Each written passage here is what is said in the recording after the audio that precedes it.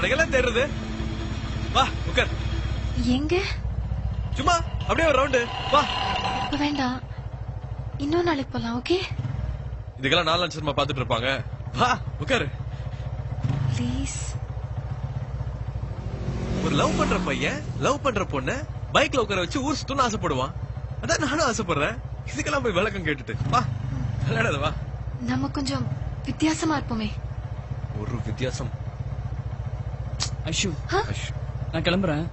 Evening பாக்குறேன். ஹே இரு, நானும் வரேன். நாளை காலேஜ்ல பாக்கலாம். ஏய் எங்க கௌதம், எல்லாரும் பாக்குறாங்க. கைய விடு. எவன் பார்த்தா எனக்கு நடி, என் பொண்டாட்டிடி. அது நடக்கும்போது பாத்துக்கலாம். விடு. நீ போ.